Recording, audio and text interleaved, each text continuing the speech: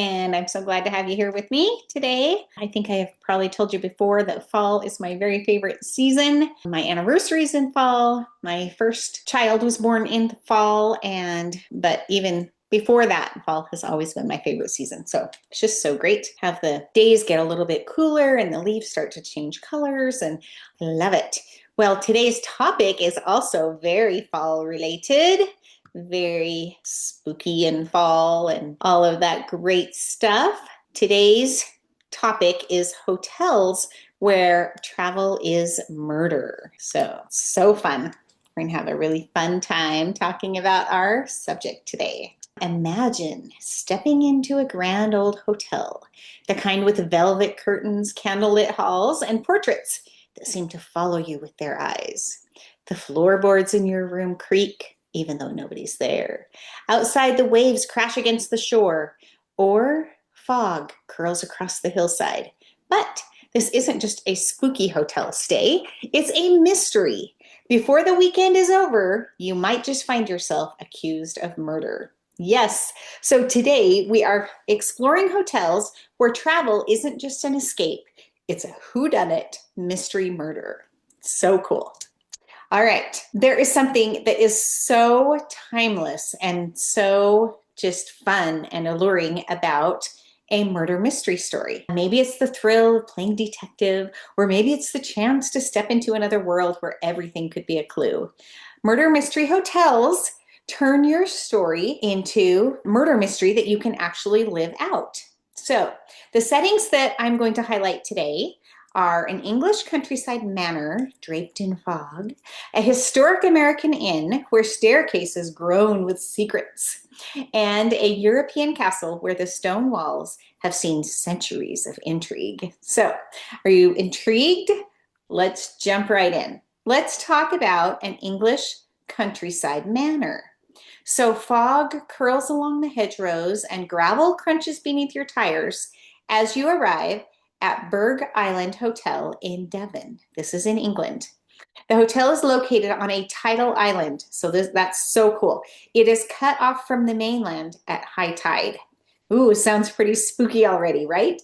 You can only arrive by foot when the sandbanks are exposed, or you can arrive by a quirky little sea tractor that bumps across the waves. So this hotel was once visited by Agatha Christie. In fact, they had a room set aside just for her. She could come and write there. And the island inspired her novel entitled And Then There Were None. So it really is an Agatha Christie-ish feeling place. So these pictures that I'm showing are along the coast of Devon. So Burgh Manor is all polished banisters and curved architecture, and they have set aside some murder mystery weekends. So during these weekends, guests gather for softly lit dinners where actors slip into character. And a note might be slid under your door at midnight, or a scream might pierce the hush of the library. And as the tide rises outside, you realize that there's no way off the island until morning. So it's just really fun to think of going to a historic English hotel like that. But let's talk about another historic place. This is across the Atlantic in America. And this is an American inn. Now, there are historic American inns that provide a similar, but it's a different kind of atmosphere. One of my favorites is called the Harry Packer Mansion, which is located in Jim Thorpe, Pennsylvania. And it's a Victorian mansion. It looks like it was plucked straight from a Gothic novel, where there are marble fireplaces, gilt mirrors, and staircases that seem to creak at the worst possible moments. Okay, the weekend-long murder mysteries here begin on Friday night. This is when you check in and meet your cast of suspicious characters. So you'll gather clues during meals, during afternoon tea, and candlelight gathering in the parlor. And by Sunday morning, the air is thick with theories. Who's lying? Who's been hiding evidence? Finally, the grand reveal. So the experience is really eerie and creepy and all of those fun things that you want it to be, but it's also wonderfully social. You get to interact with your fellow guests, and you'll laugh and conspire and connect as the mystery unfolds during your weekend. Okay, back over to Europe. Let's talk about some European castle escapes. All right, imagine arriving at a centuries-old chateau in the French countryside.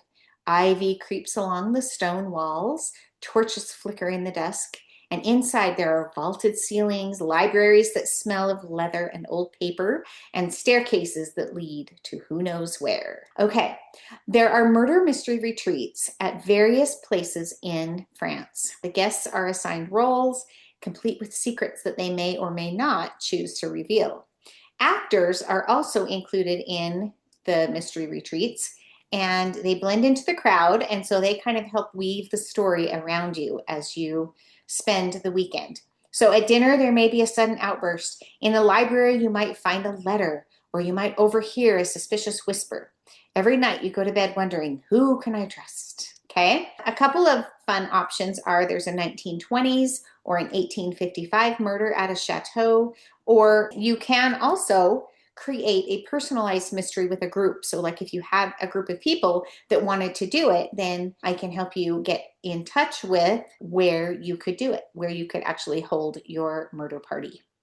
And between the suspense, there's always time to wander local villages and enjoy exquisite meals and sip tea in sunlit courtyards. So you still can have like an amazing little European experience, but you also get the addition of having this great murder mystery. Again, you find out who the murderer was on the final morning. So why people love murder mysteries like this? Because these experiences are more than just games. They are ways to connect. And I am all about connecting, and I think it's so fun to find or think of different ways that people can connect. You can connect with your travel companions, connect with your fellow guests, connect with yourself, connect with the place, connect with the setting and the scenery and everything. It's just so amazing. So, and another reason why people love these experiences is that you get to live the story as it's unfolding.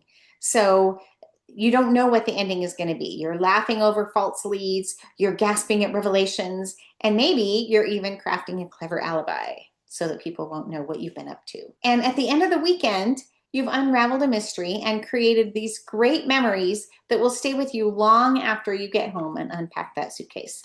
So they're so fun. It's so great. Would you spend the night where every guest is a suspect, where candlelight flickers and corridors whisper? Which one would you like to check into? The English Manor, the American Inn, the European Castle? Let me know if you would like more details or you would like help in booking a spooky getaway. They are on certain nights all throughout the year. They're not only, even though I am talking about this, in the fall, and there are still some left between now and the end of the year. So they are not all gone for the rest of this year, but also into next year. And so they are offered throughout the year at various times.